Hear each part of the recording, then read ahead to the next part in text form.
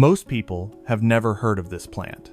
But right now, 80% of every natural insecticide sold on Earth comes from it. It grows like a weed. It costs almost nothing to raise. And somehow the modern world nearly forgot it existed. The entire synthetic pesticide industry has spent 70 years trying to replicate what this flower does naturally.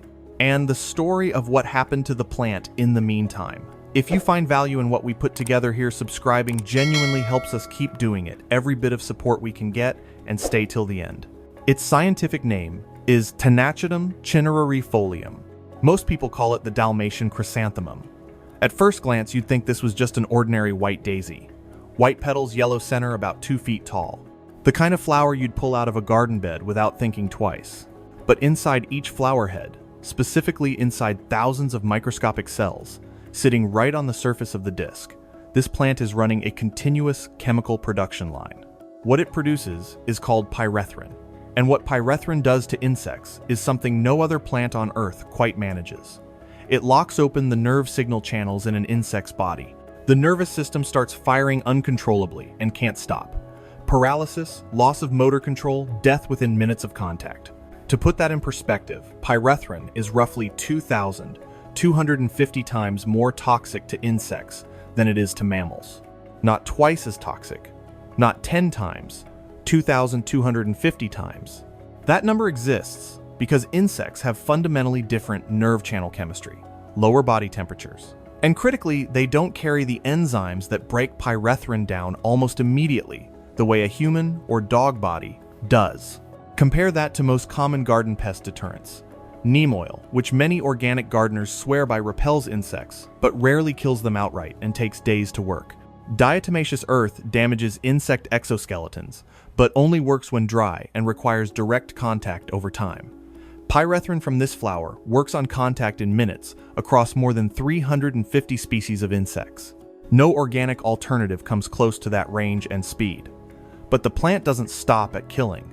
What makes T. cinerariifolium genuinely strange is what it does before insects even touch it. The flower releases a compound called beta-farnesene, which happens to be the exact chemical signal that aphids use to warn each other when a predator is nearby.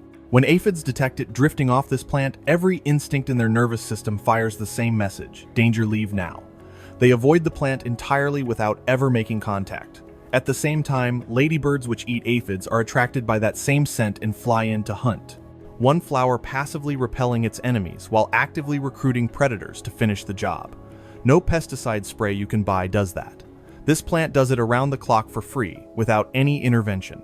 There's one more layer that almost nobody talks about. The stems and leaves of this plant are rich in antifungal compounds, meaning it resists the kind of soil-borne fungal infections that devastate most crops. Grow it alongside vegetables, and it acts as a quiet, continuous barrier, not just against insects, but against the invisible threats in the soil beneath them. Gardeners who understand this use it as a border plant around kitchen gardens, specifically for this reason. Most people assume pesticides are a modern invention, something that came out of a lab sometime after World War II. The real history of this plant goes back considerably further. The earliest verified record of pyrethrum being traded as an insecticide dates to around 400 BC in ancient Persia, where dried flower powder was used to kill lice on children. That's roughly 2,400 years before science understood the mechanism behind it, and long before any synthetic alternative existed. In the 1880s, a Japanese entrepreneur named Ueyama Ikimatsu began growing the plant commercially in Wakayama Prefecture. He was selling the dried powder to kill fleas and lice. But customers complained the powder was messy and impractical at night when mosquitoes were worst. The person who solved that problem wasn't Ueyama, it was his wife Yuki. She watched the slow, steady burn of traditional Buddhist incense sticks and had a single idea: roll the powder into a spiral coil that burns continuously through the night, releasing insect-killing smoke for 6 to 8 hours without anyone tending it. In 1902, the family company commercialized the world's first mosquito coil. More than 1 billion mosquito coils are sold every year today across Asia, Africa, and South America, all tracing back to one observation made in a Japanese household at the end of the 19th century. The application was so practical, so low cost, and so effective that it spread to over 100 countries and has never been replaced. Something happened during World War II that almost no one knows about, and it changes how you understand the entire arc of modern pesticide history. Typhus spread by body lice had been killing soldiers and civilians for centuries. Between 1917 and 1925, an estimated 25 million people in Russia contracted it. 3 million died. It had already destroyed Napoleon's army during the Russian campaign of 1812, killing more of his 600,000 troops than all the combat combined. When World War II began, the Allied military knew that controlling lice meant controlling typhus, and the only substance proven reliable enough was pyrethrum powder dried and ground from the flowers of this plant. The problem was supply. The war with Japan had cut off access to major growing regions in Asia. Shipping from East Africa was slow and inconsistent. The military needed industrial quantities. The flower couldn't produce them fast enough under wartime conditions. By late 1942, military planners began searching for a synthetic alternative.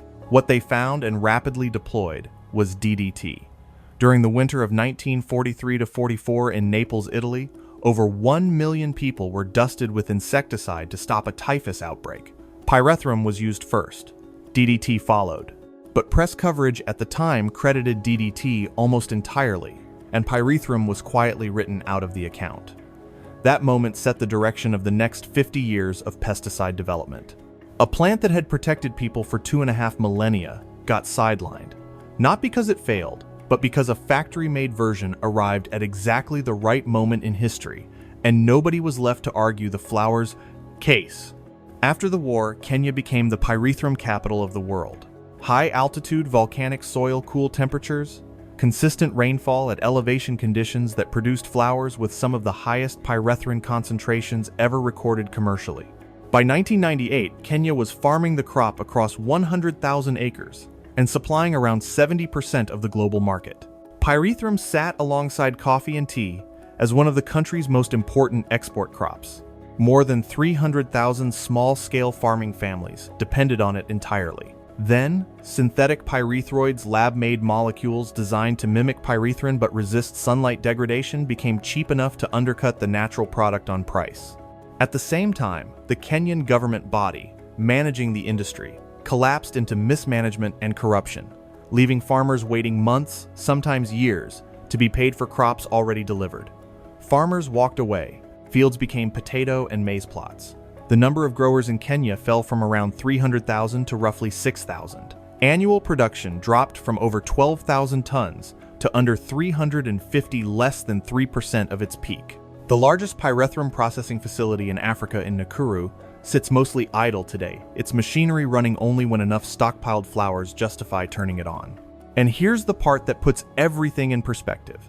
In 2022, global demand for dried pyrethrum flowers was estimated at 21,000 tons. Global production that year was around 5,000. The world needed 4 times more than it was growing of a plant that practically grows itself on land nothing else wants. The case for synthetic pyrethroids was straightforward. Natural pyrethrin breaks down in sunlight within hours. Farmers want protection that lasts days. Lab-made versions solved that. What they didn't fully account for was what lasting longer actually means inside an ecosystem. Synthetic pyrethroids persist in soil and river sediment for months, sometimes years. They are acutely toxic to fish and aquatic invertebrates, at very low concentrations, far lower than the amounts that reach waterways through normal agricultural runoff. Several ongoing studies have raised questions about chronic low-level human exposure, particularly around neurological development, though that research hasn't reached definitive conclusions yet. What is clear is that the rapid breakdown of natural pyrethrin, which the industry once treated as a weakness, turns out to be, from an environmental standpoint, its most important feature. It does the job and disappears. It doesn't accumulate. It doesn't sit in a riverbed for a year.